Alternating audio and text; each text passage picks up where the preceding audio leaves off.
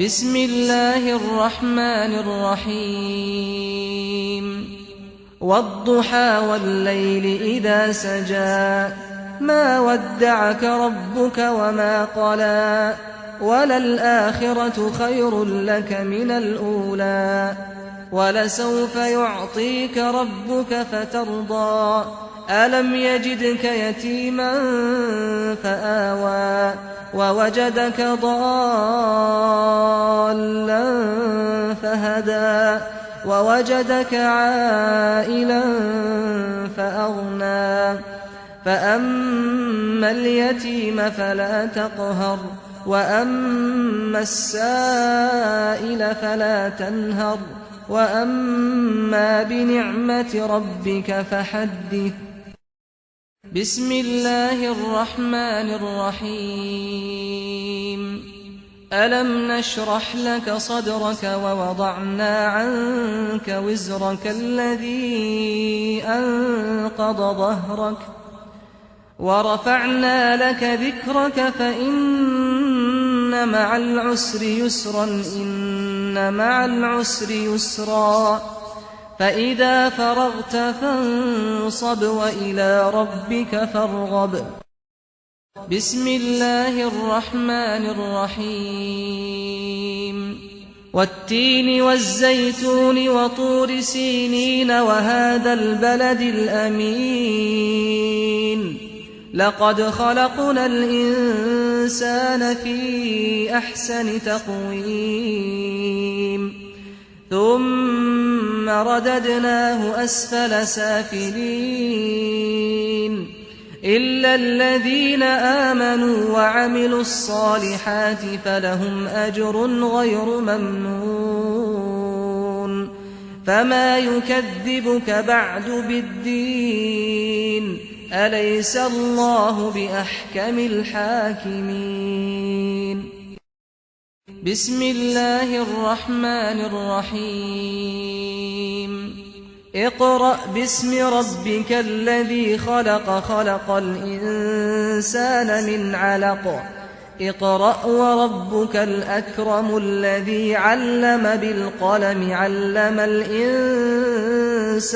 ما لم يعلم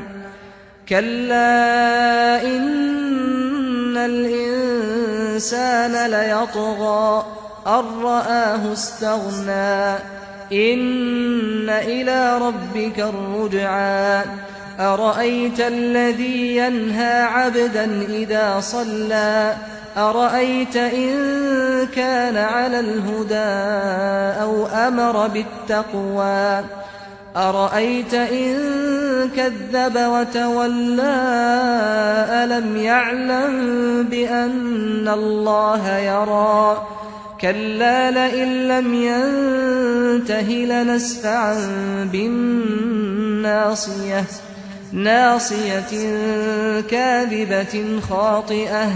فليدع ناديه سندع الزبانية كلا لا تطعه واسجد واقترب بسم الله الرحمن الرحيم إنا أنزلناه في ليلة القدر وما أدراك ما ليلة القدر ليلة القدر خير من 1000 شهر تنزل الملائكة والروح فيها بإذن ربهم من كل أمر سلام هي حتى مطلع الفجر بسم الله الرحمن الرحيم لم يكن الذين كفروا من أهل الكتاب والمشركين منفكين حتى تأتيهم البينة رسول من الله يتلو صحفا مطهرة فيها كتب قيمة وما تفرق الذين أوتوا الكتاب إلا من بعد ما جاءتهم البينة وما أمروا إلا ليعبدوا الله مخلصين له الدين حنفاء ويقيموا الصلاة حنفاء ويقيموا الصلاة ويؤتوا الزكاة وذلك دين القيمة إن الذين كفروا من أهل الكتاب والمشركين في نار جهنم خالدين فيها أولئك هم شر البرية إن الذين آمنوا وعملوا الصالحات أولئك هم خير البرية جزاؤهم عند ربهم جنات عدن تجري من تحتها الأنهار خالدين فيها أبدا رضي الله عنهم ورضوا عنه ذلك لمن خشي ربه بسم الله الرحمن الرحيم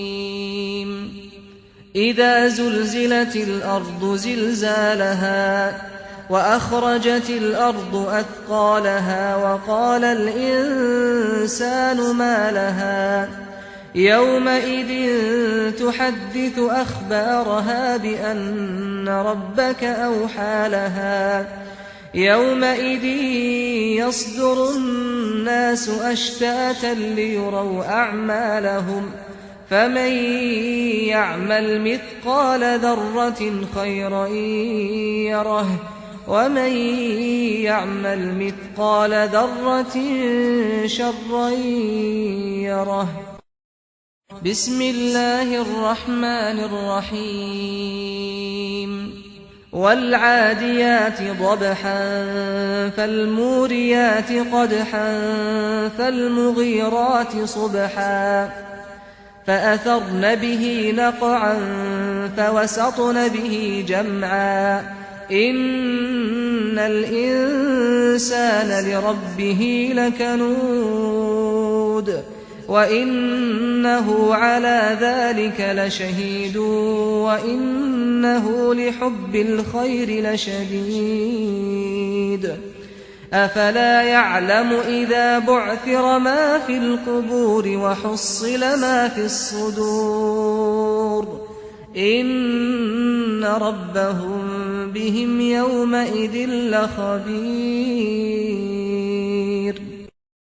بسم الله الرحمن الرحيم القارعة ما القارعة وما أدراك ما القارعة يوم يكون الناس كالفراش المبثوث وتكون الجبال كالعهن المنفوش فأما من ثقلت موازينه فهو في عيشة راضية وأما من خفت موازينه فأمه هاوية وما أدراك ما هي نار حامية بسم الله الرحمن الرحيم ألهاكم التكاثر حتى زرتم المقابر كلا سوف تعلمون ثم كلا سوف تعلمون كلا لو تعلمون علم اليقين لترون الجحيم ثم لترونها عين اليقين ثم لتسألن يومئذ عن النعيم بسم الله الرحمن الرحيم والعصر إن الإنسان لفي خسر إلا الذين آمنوا وعملوا الصالحات وتواصوا بالحق وتواصوا بالصبر بسم الله الرحمن الرحيم ويل لكل همزة لمزة الذي جمع مالا وعدده يحسب أن ماله أخلده كلا لينبذن في الحطمة وما أدراك ما الحطمة نار الله الموقدة التي تطلع على الأفئدة إنها عليهم مؤصدة في عمد ممددة. بسم الله الرحمن الرحيم.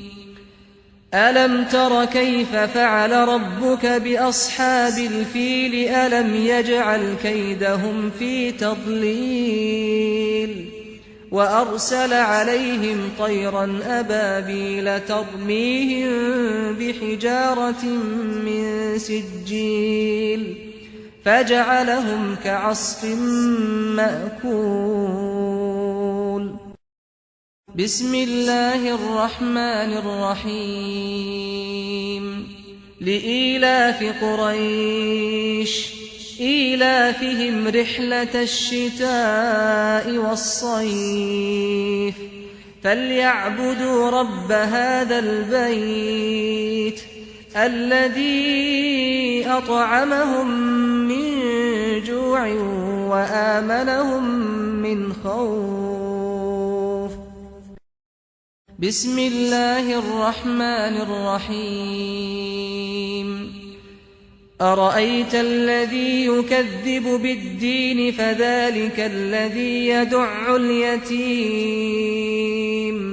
ولا يحض على طعام المسكين فويل للمصلين الذين هم عن صلاتهم ساهون الذين هم يراءون ويمنعون الماعون. بسم الله الرحمن الرحيم. إنا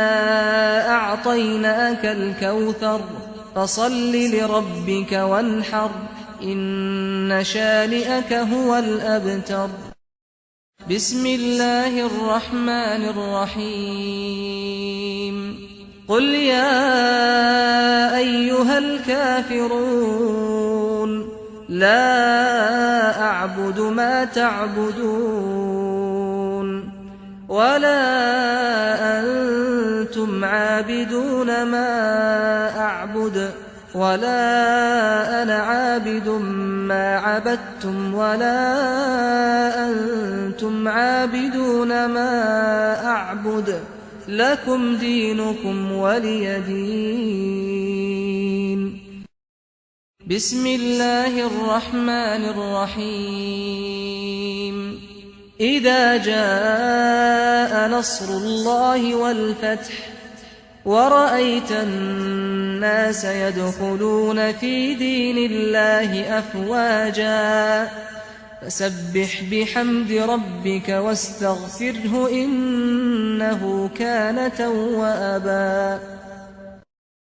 بسم الله الرحمن الرحيم. تبت يدا أبي لهب وتب ما